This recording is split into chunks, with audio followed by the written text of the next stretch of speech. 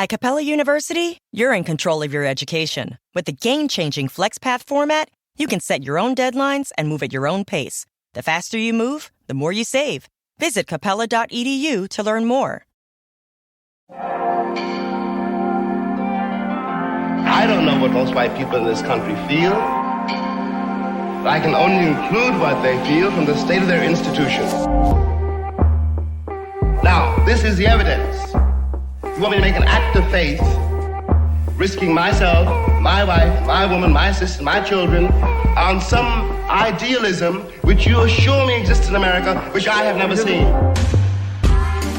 Welcome back to Black History for White People, a podcast where we educate, resource, and challenge white people about Black history. I'm Brad, and on today's show are my co-hosts Katina and Garen. Today's topic is mass incarceration. We hope you enjoy the discussion. Okay, so we've heard about kind of an introduction into mass incarceration, and now we're going to start heading down the history path. So, Garen, what do we need to know? Start us off. What's the history of mass incarceration? So let's start out by reviewing some of the history going further back and looking at how Black people were viewed through time. So during slavery, there's this feature that we've talked about before where white people who wanted to enslave and derive profits from Black people, from Black bodies, also wanted to feel like good people at the same time. We can probably relate to this today. Most people want to feel like a good person even when they're cheating or using cruelty to gain money. We come up with ways to tell ourselves a story about ourselves that still leaves us as good people. Yeah. And so all throughout history, you see the white community would come up with justifications for why the things they were doing were okay. And so during antebellum slavery, one of the big justifications was the happy slave myth. They had this idea that they promoted and kind of advertised. It was in media or culture as it was at that time, that slaves were just happy, that they were better off than they would have been if they hadn't been brought over and enslaved, that they were content to work in the fields and sing songs and were eager to please and serve. There's this idea of like the tutelage of the inferior race, that we're actually elevating them and civilizing them.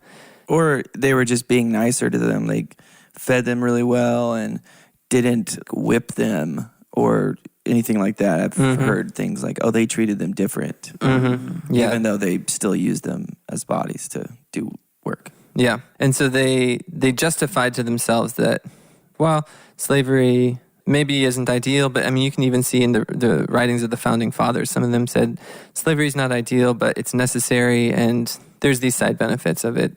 It kind of, in a way, is better for the enslaved. Right. But it was a lie. I mean, it was built on this false idea. It was undercut by the fact that enslaved people were continually fleeing through the Underground Railroad and other means of escape. They were always trying to escape, and many enslaved people did escape, even with the threat of death and danger. So it shows that they weren't actually happy or content, but that was the lie that white people told themselves. And with that, there wasn't a stereotype of Black criminality, because that would have undercut that myth. Black people were not viewed as being prone to criminal activity at all. They were seen as largely submissive, and there was some fear of slave revolts, but the prevailing view of Black people was generally that they were happy and content. Then, after slavery ended, after emancipation, the justification that white people needed to use to continue to benefit from the racial hierarchy, the racial caste system, it shifted. So all of a sudden, where before you had to kind of tell yourself that Black people are content and happy, now Jim Crow rested on this idea that Black people are dangerous. So we have to segregate them. We have to keep them in their own separate parts of society. We have to not allow them into our schools. And all that rested on this justification that they were dangerous. And the other aspect of it was that the 13th Amendment that abolished slavery made an exception for criminals, for people who were convicted of a crime. And so all of a sudden there was a profit motive to see black people as prone to crime. And so they passed these laws, the black codes, that criminalize all kinds of aspects of black life, including things like not working on a Saturday or trying to work for someone other than the landowner that you were the sharecropper for. Like if you looked for alternate employment, that was the crime of vagrancy, and you could actually be locked up for that. And in being locked up or in locking up all these black people, they re-enslaved many of them through convict leasing. So 100,000 to 200,000 black people were re-enslaved after emancipation through convict leasing. And all of that... And we did episodes on convict leasing. Mm-hmm. So yeah, this is review, but there might be new listeners who... Yeah, if you're like, what is convict leasing? I didn't know what it was. And it was super helpful to hear about that. So go back in our feed and listen to those episodes. Yeah.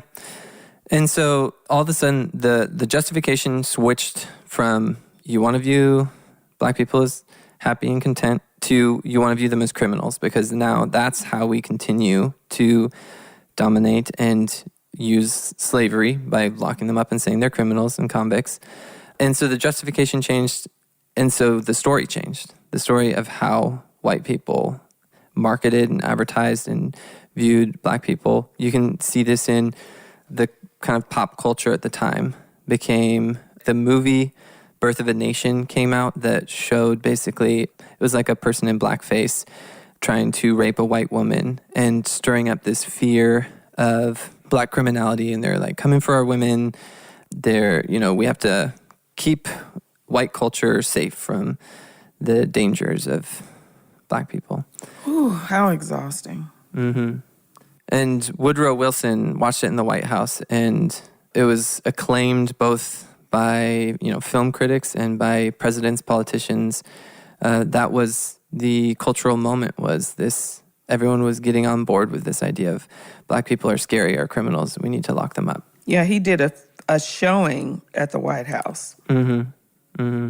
And endorsed the film. But then in comes the civil rights movement. Mm-hmm. And the civil rights movement was this incredible, powerful movement that basically forced white people to contend with the darkness and evil of racism in a way that they couldn't do before. It basically removed the justification that allowed white people to be racist and also feel like good moral people.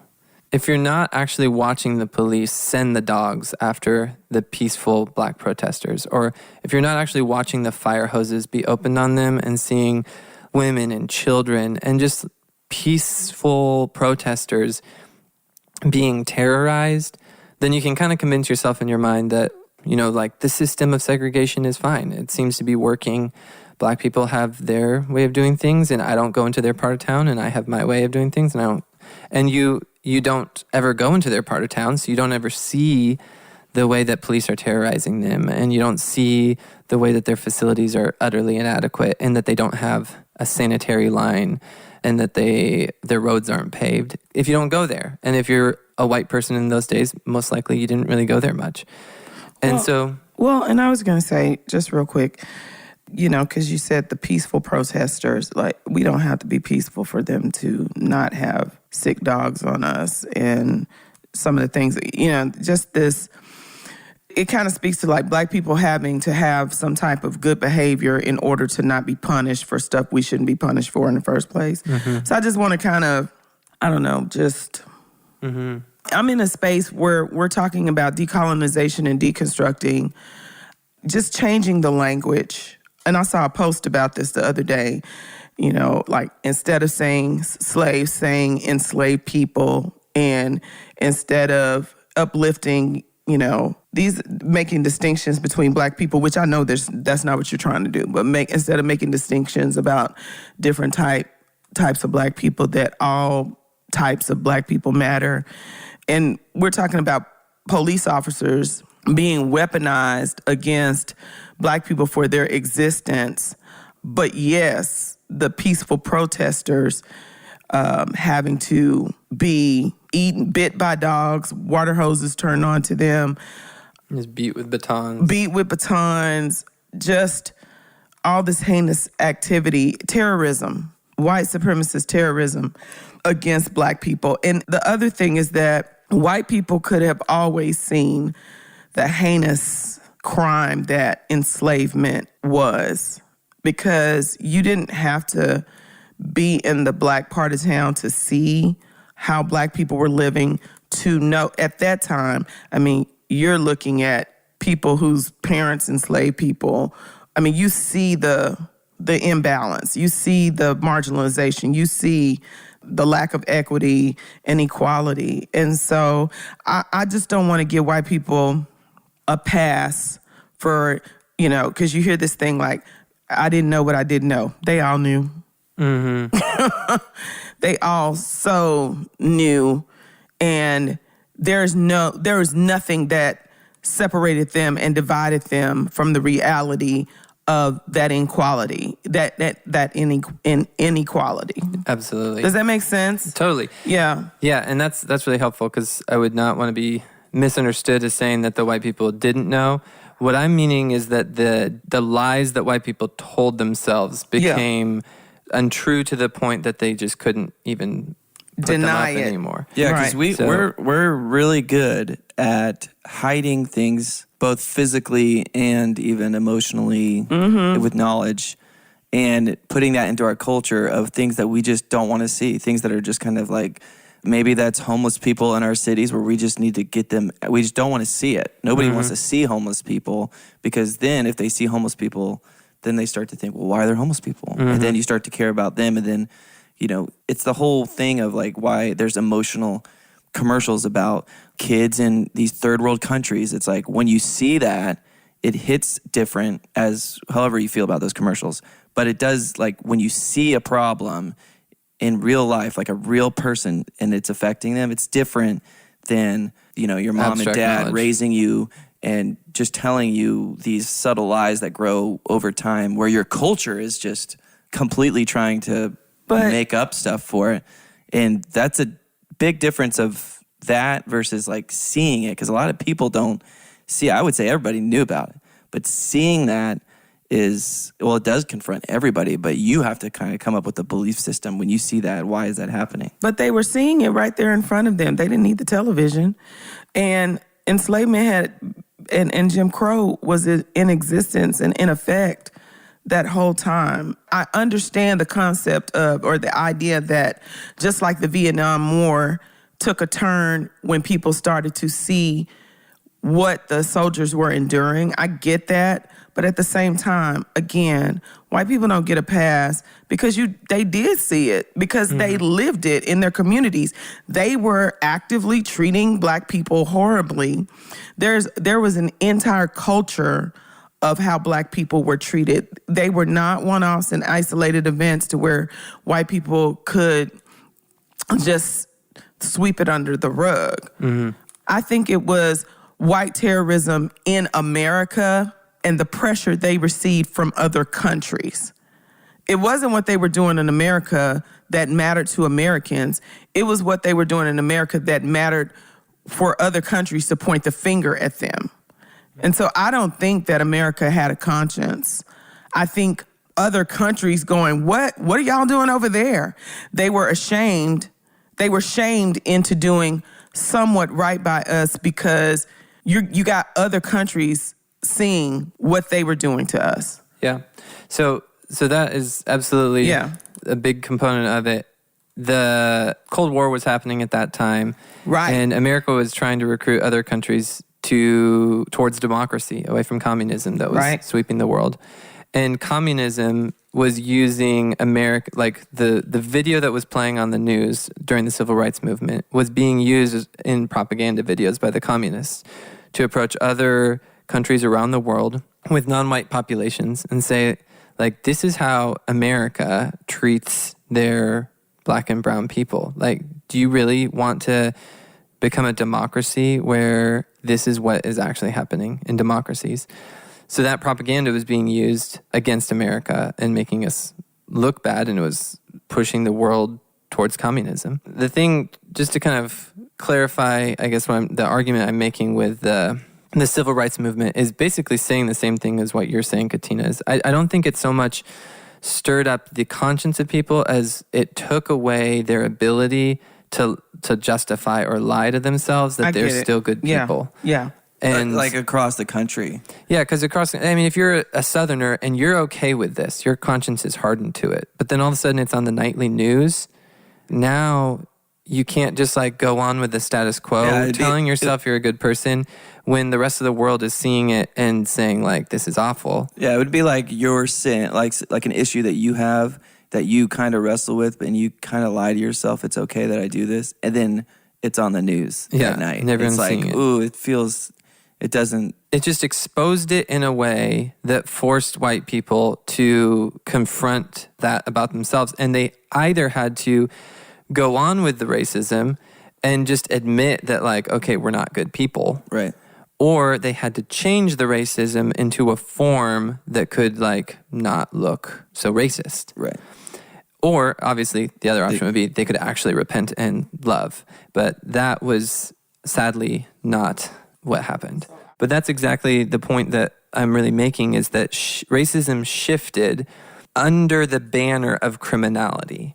Right. So that white people could then basically dismiss what was happening as, no, they're not doing this because these are black people. They're doing this because these are criminals. And so where previously there was permission to hate black people, like social permission. Explicit. Now you hate criminals who happen to be black. Now you hate criminals, and it's just that criminals happen to be black in most cases. And they wouldn't question why. They just, and that's what's crazy is like you've got to either think that black and brown people are just inherently more violent, because the disparity isn't like, 5% more black and brown people. There's like a point where there's just disparities are so small that there's not like a big justification for it. But we're talking about disparities that are like tenfold and that are massive. That you wouldn't want in any situation disparities that big. But then what do you do with that as you have to either believe black and brown people are more violent, which is not true, which has been proved even scientifically in every way is not true, or there's a system that is creating that disparity. Those are the only two options that you can think. And one is racist and one isn't. Yeah. So in 15 states, I think it's 15, there are black people are convicted at drug crimes at a rate that is 20 to 57 times higher than white people. So obviously there's like a spectrum where some states are worse than others and like how unfair they are.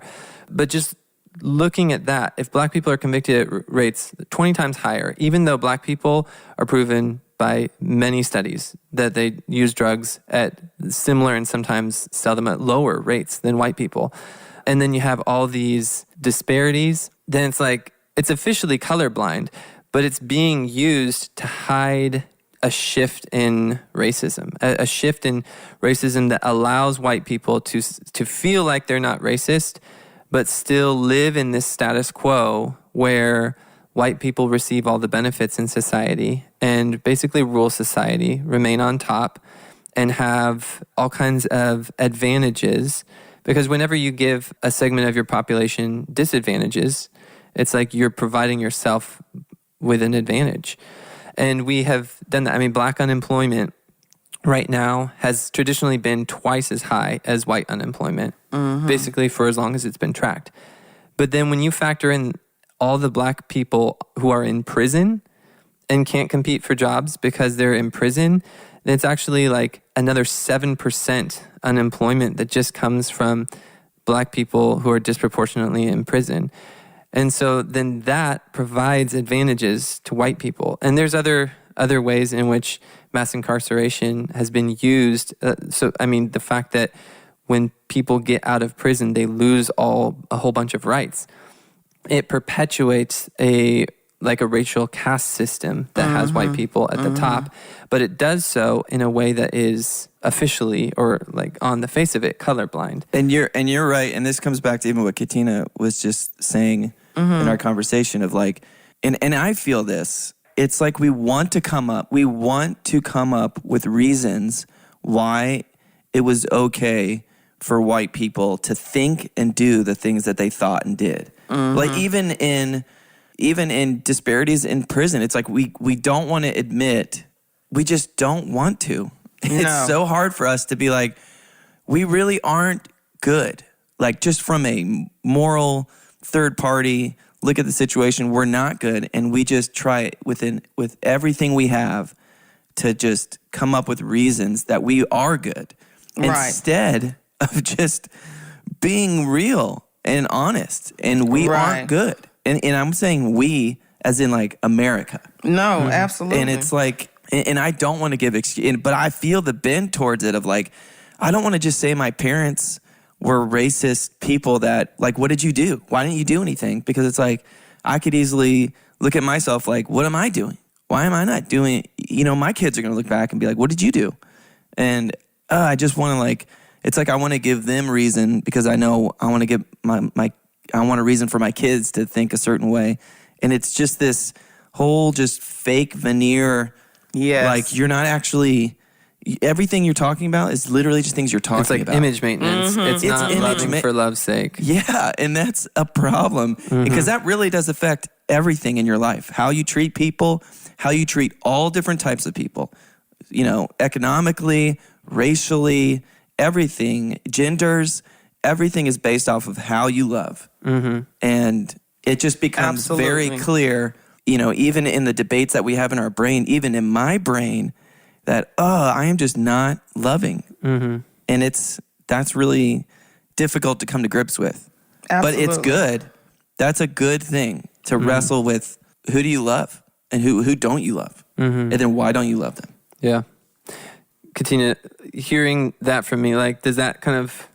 No, it absolutely does. But there is a tension that's going to always exist because when you think about evangelicalism, there's this thing about racial reconciliation and wanting, and there's this just demand on Black people to give us time, give us time, give us time.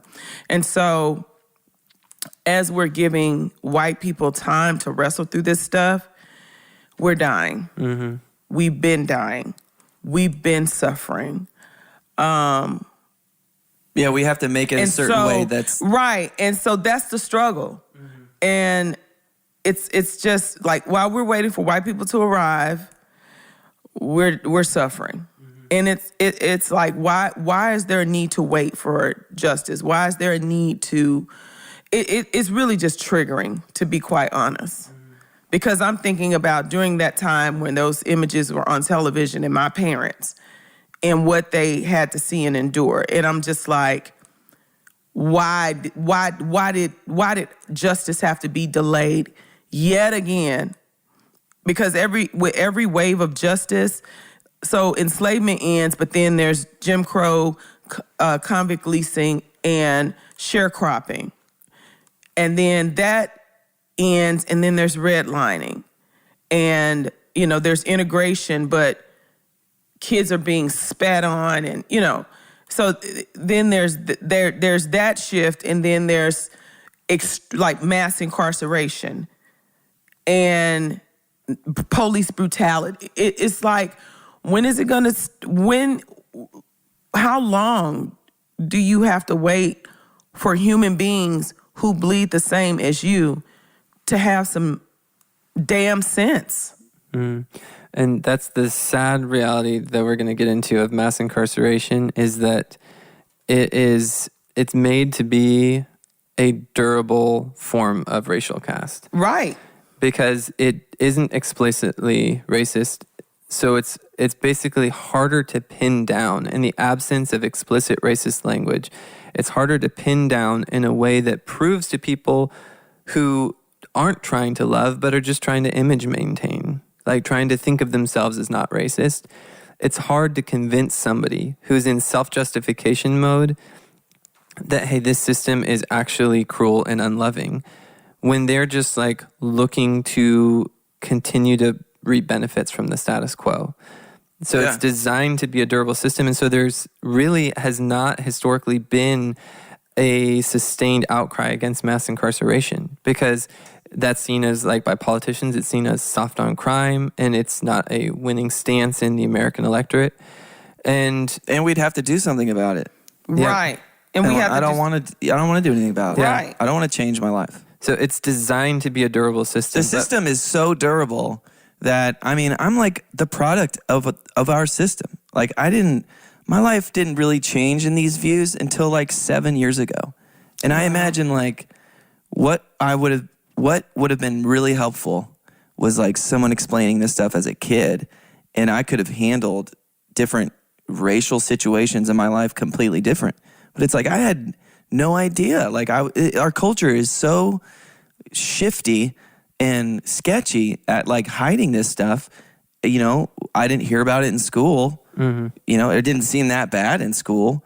And it's like, man, I feel bad because I like a big chunk of my life, I didn't even realize this. Yeah. But like it's a proven system, and it's like one of those things that once you see it, and man, I just would feel like I would have been a different person.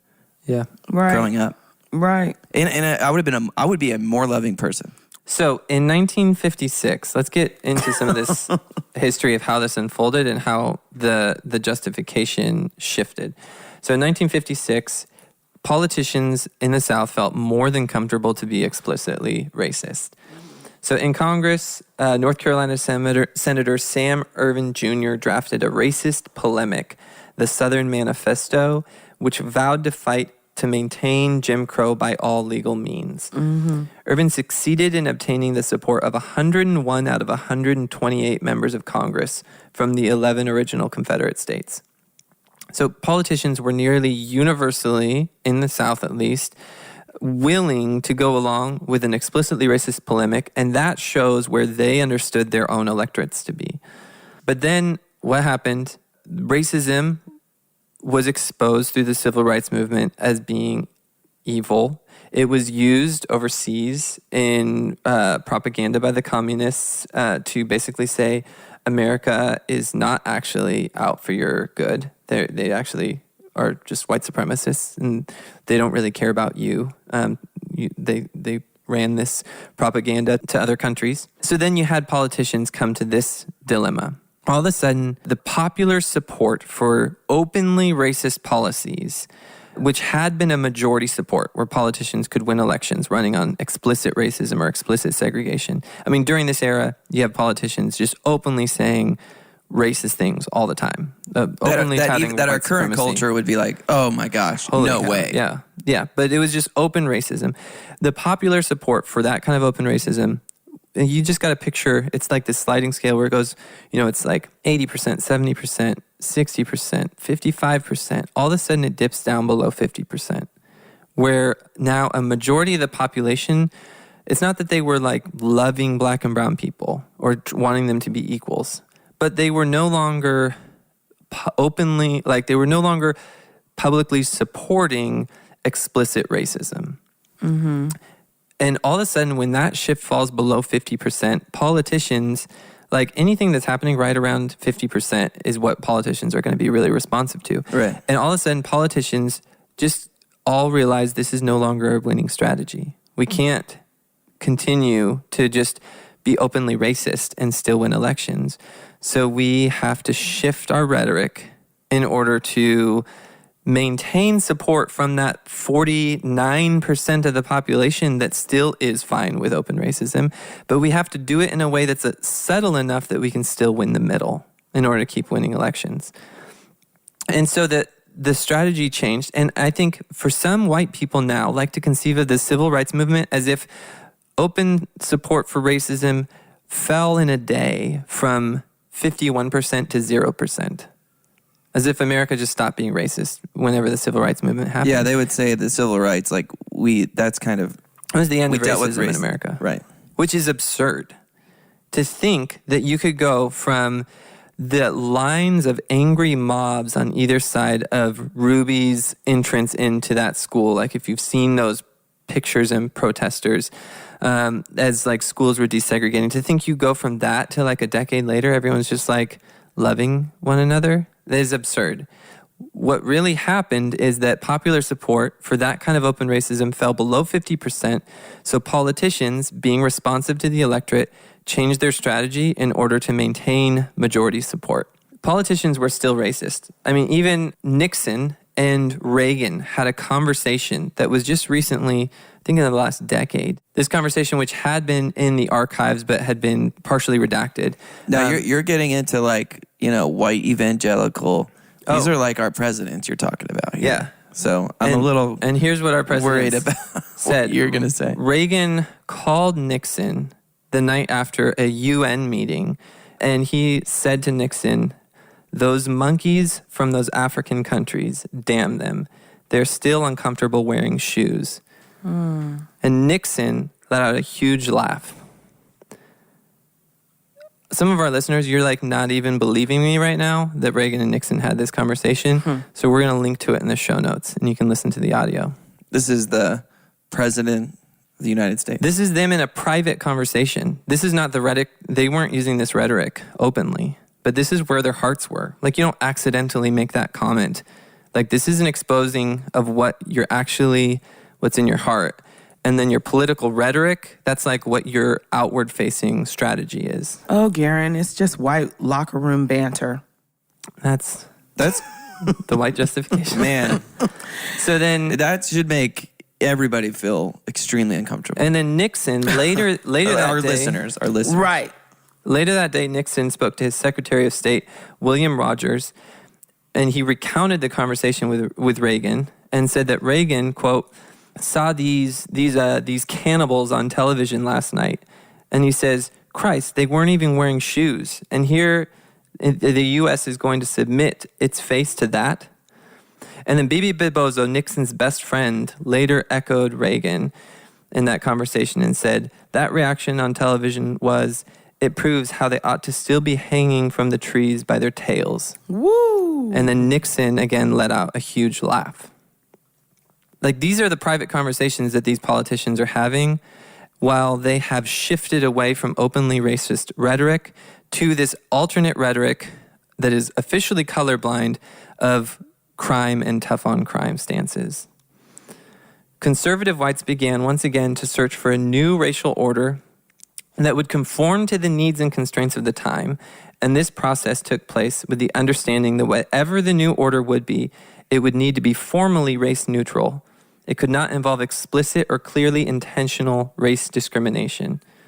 It had to be officially colorblind, but still appeal to these racist sentiments. So proponents of the new racial hierarchy found that they could install a new racial caste system without violating the law or the new limits of acceptable political discourse by demanding law and order rather than segregation forever. Ooh, that's like a, hot phrase. Yeah. Law and order. It was then, and it is now, and it was popularized by this shift. So a Nixon advisor, H.R. Haldeman, one of Nixon's key advisors, recalls that Nixon himself deliberately pursued a Southern racial strategy. Quote, he, that is Nixon, emphasized that you have to face the fact that the whole problem is really the blacks. The key is to devise a system that recognizes this while not appearing to. Mm-hmm. That's like, what more proof? Oh, we have more proof, so let me list it off. Special counsel to the president, John Earl Rickman, explained Nixon's administration's campaign strategy of 1968 this way, quote, we'll go after, that is, appeal to, the racists. That subliminal appeal to the anti-black voter was always present in Nixon's statements and speeches, end quote. Republican strategist Kevin Phillips is often credited for offering the most influential argument in favor of a race-based strategy for Republicans. He wrote in The Emerging Republican Majority, published in 1969, that Nixon's successful presidential election campaign could point the way towards a long-term political realignment and the building of a new Republican majority if Republicans continued to campaign primarily on the basis of racial issues, but using coded anti-black rhetoric. And so then we come to law and order and the drug war. Prominent segregationist senators McClellan, Irvin, who we mentioned earlier, and Strom Thurmond, fought to curb rights of criminal defendants. They wanted to make it harder for criminal defendants to defend themselves because this new strategy of mass incarceration was beginning to take form. All these segregationist leaders stopped using racist rhetoric, and they called for, quote, cracking down on crime and law and order. And they chided the Supreme Court for quote, bending over backwards to help criminals. These leaders conflated the civil rights movement with tripping over my words. And then these leaders also conflated the civil rights movement with street crime and violent crime. They basically put all crime and civil rights nonviolent disobedience under one kind of catch-all of crime on the streets. And they talked about how we needed to end crime on the streets. But there was just a widely understood racial code to it. The political scientist Vesla Weaver said, quote, members of Congress who voted against civil rights measures proactively designed crime legislation and actively fought for their proposals. Just this shift in strategy towards crime and punishment. By 1968, 81% of those responding to Gallup agreed with the statement, quote, law and order has broken down in this country. And the majority blamed, quote, Negroes who start riots and communists. Nixon and segregationist George Wallace, together that election, earned 57% of the vote running on crime and punishment, law and order platforms. So they were opponents of one another. There was 3 presidential candidates that year. So George Wallace was explicitly segregationist. Nixon was kind of in this new strategy of appealing to racists, but with coded rhetoric. Nixon, in that election campaign, dedicated 17 speeches fully to law and order.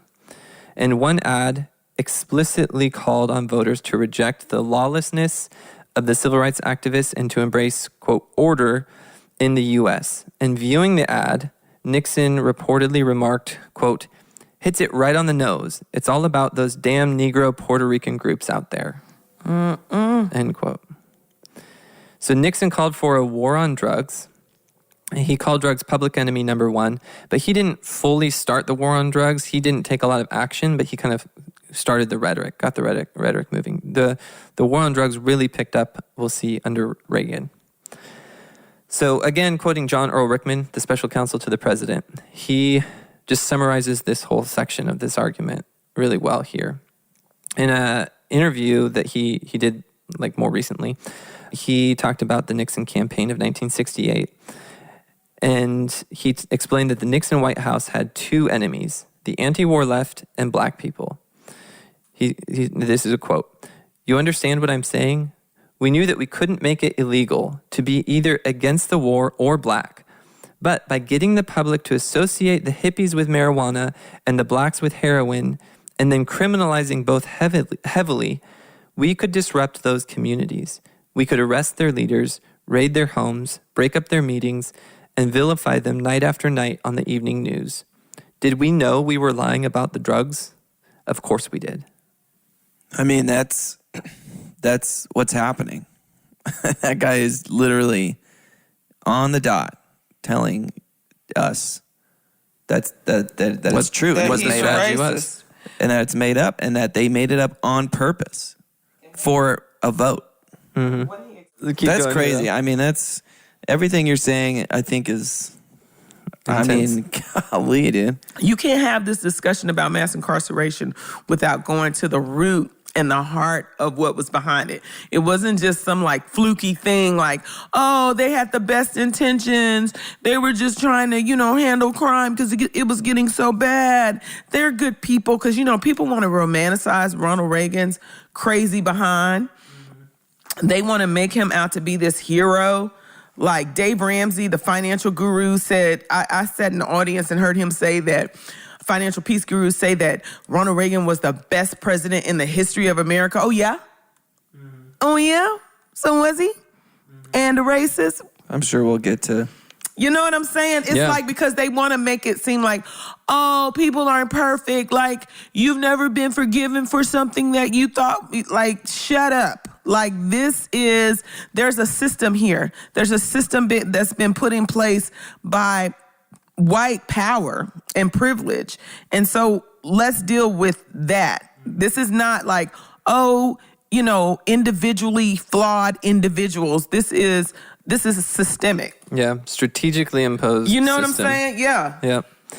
Yep. So Michelle Alexander speaks to this in her book, The New Jim Crow, Mass Incarceration in the Age of Colorblindness. And she says, quote, "In the age of colorblindness, it is no longer socially permissible to use race explicitly as a justification for discrimination, exclusion, and social contempt. So we don't.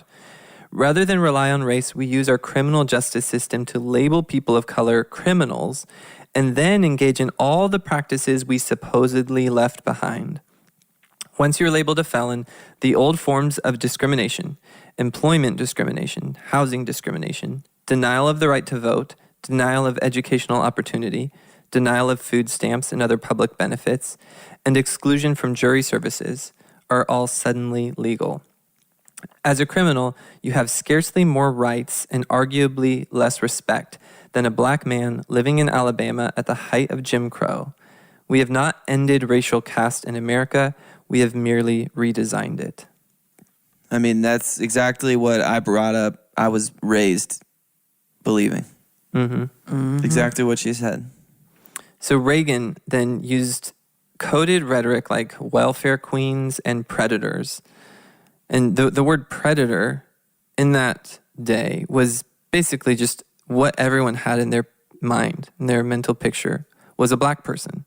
Even though black people committed, a proportional minority of crimes, there was like a poll, like a research survey that was done where they actually asked people to close their eyes and describe a drug criminal.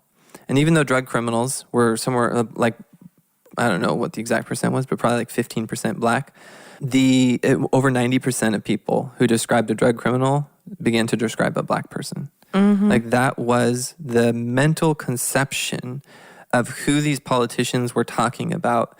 Because people, when you talk in coded rhetoric, like people living in that moment, they still know where the code's coming from. They know who is saying this and what those people were, like who they were from last decade when they were being more explicit.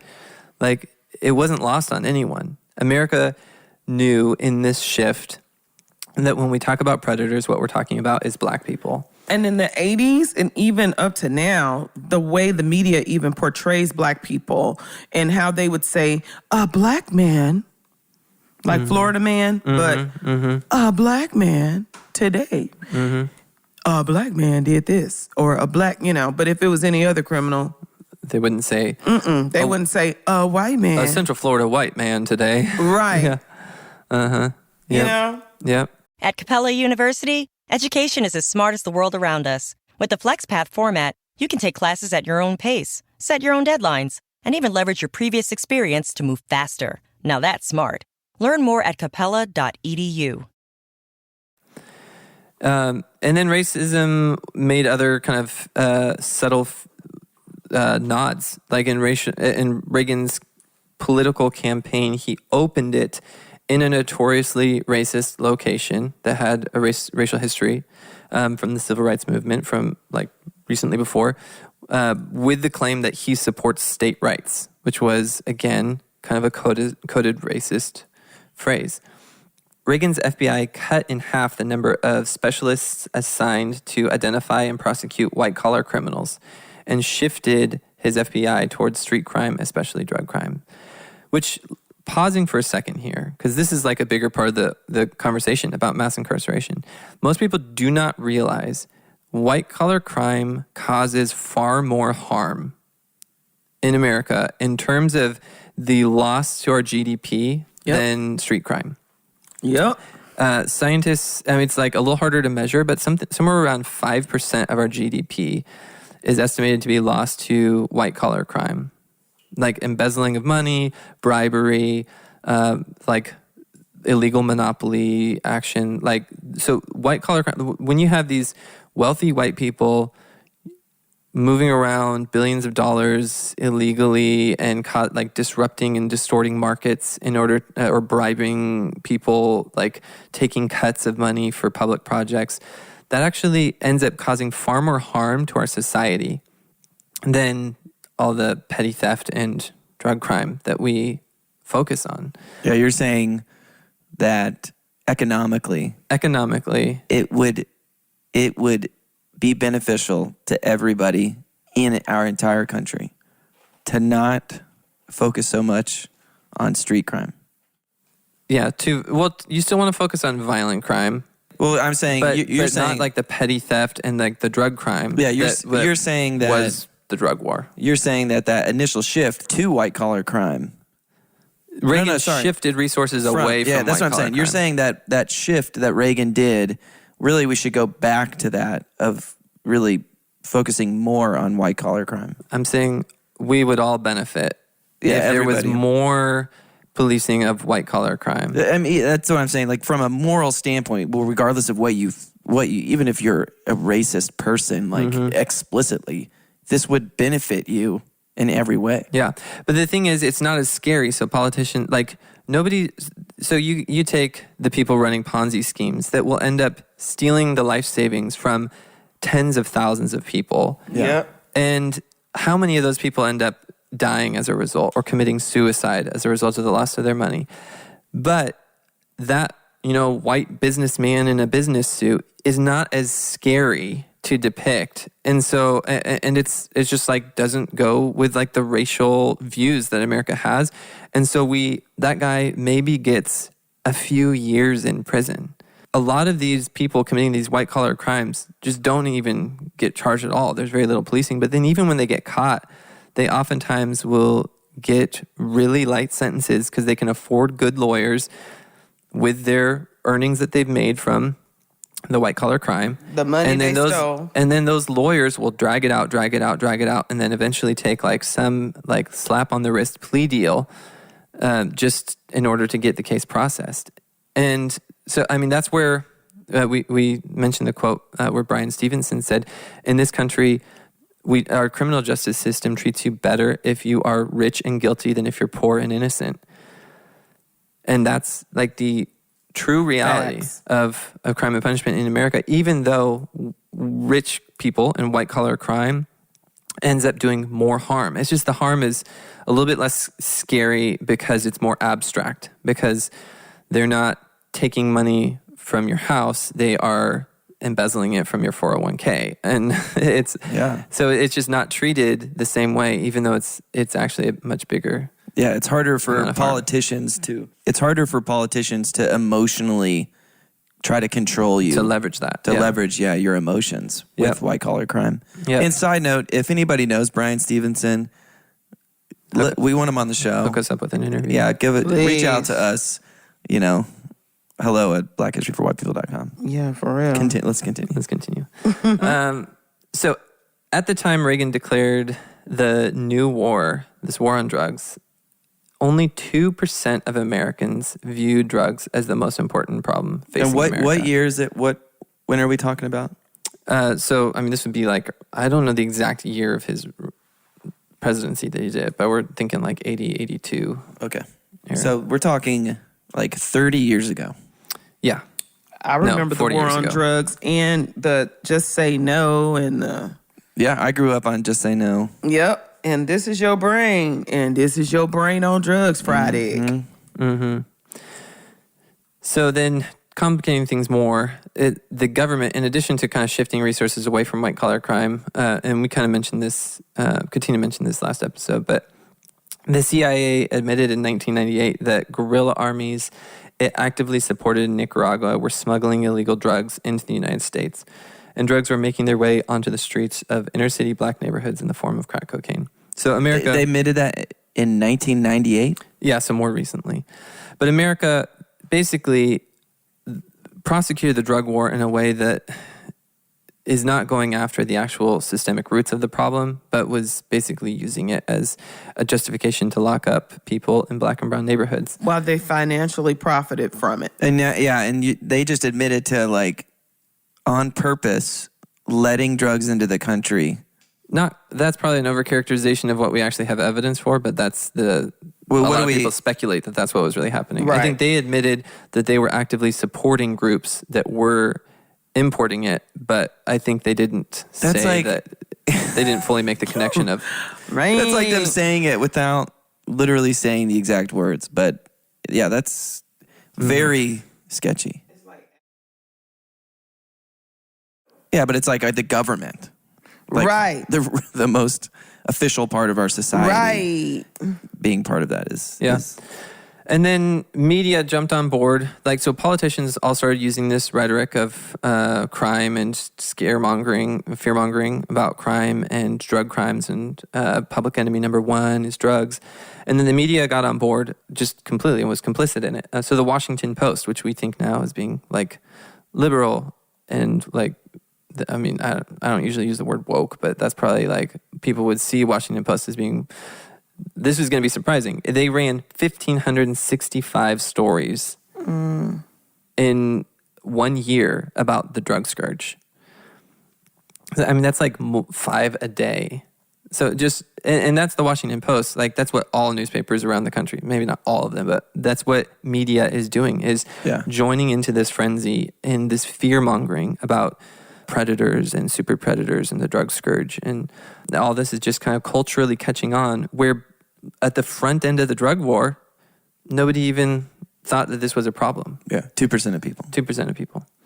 So then in 1989, Bush characterized drugs as, quote, the most pressing problem facing the nation. And shortly thereafter, New York Times CBS News poll reported that 64% of those polled, the highest percentage ever recorded, now thought the drugs were the most significant problem in the United States. Repeat that again. How many? It went from 2% to 64%. Okay. It was 2% before the drug war started, and then 64%. That's less than 10 years. In 1989. Yeah. Meanwhile, the Ku Klux Klan announced in 1990 that they intended to join the battle against illegal drugs, surprise, surprise, by becoming the eyes and ears of the police. And Clinton, once elected, made things even worse. He endorsed the idea of a federal 3 strikes and you're outlaw, which he advocated in his 1994 State of the Union address to enthusiastic applause from both sides of the aisle. Basically, crime and punishment, law and order, became such a winning issue that both parties began to try to outdo one another in being tough on crime, which really meant locking up millions of black and brown people. And so then Clinton sent a $30 billion crime bill in August 1994, and it was hailed as a victory. But as the Justice Policy Institute has observed, quote, the Clinton administration's tough on crime policies resulted in the largest increase in federal and state prison inmates of any president in American history. Clinton, more than any other president, created the current racial undercast. By 1996, money was reallocated from food stamps to prisons. Funding that had once been used for public housing was being redirected to prison construction.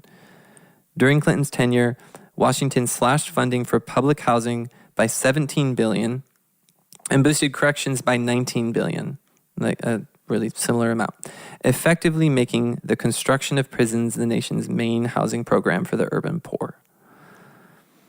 90% of those admitted to prisons for drug offenses in many states were Black and Latino. But the mass incarceration of communities of color was explained in race-neutral terms, so it adapted to the needs and demands of that political climate.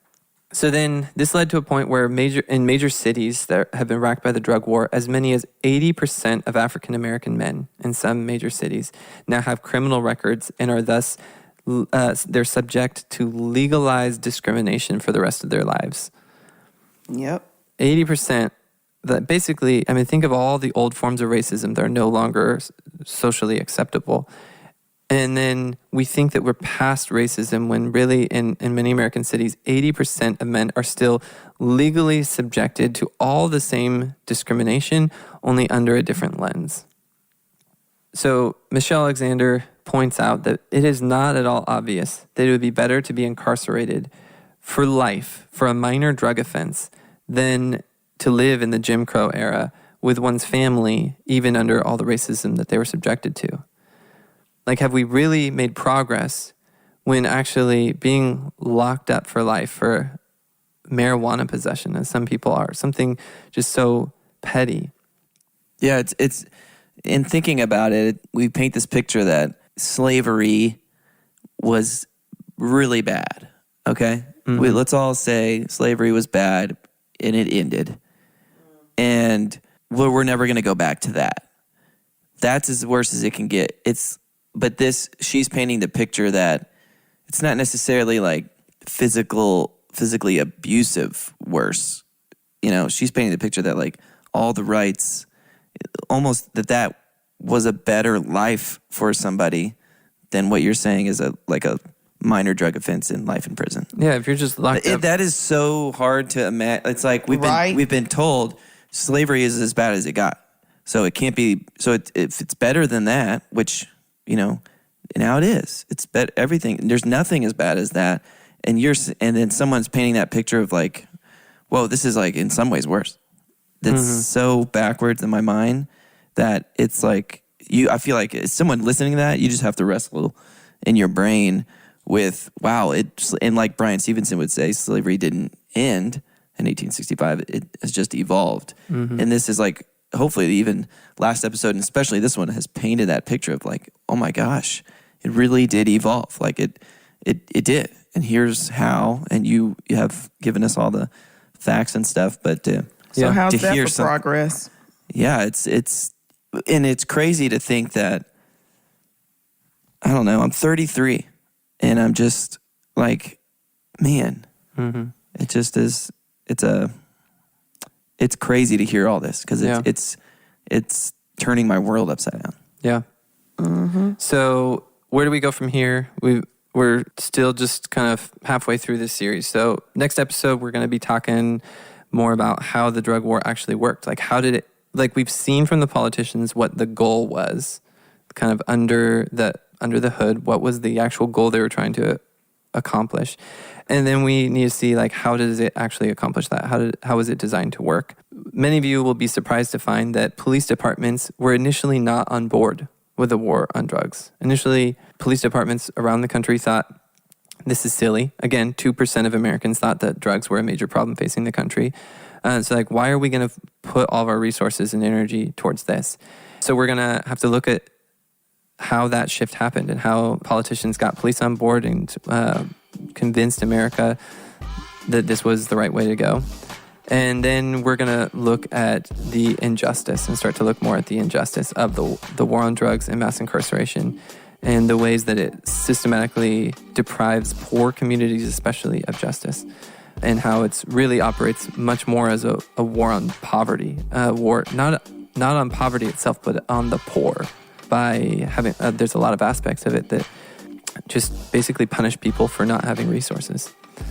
So that's where we're headed.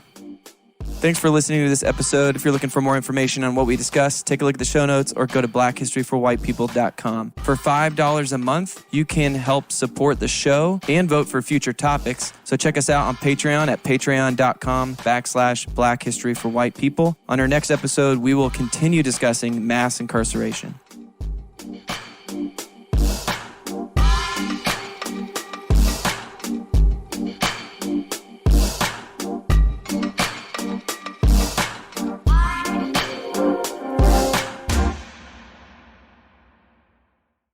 At Capella University, education is as smart as the world around us. With the FlexPath format, you can take classes at your own pace, set your own deadlines, and even leverage your previous experience to move faster. Now that's smart. Learn more at capella.edu.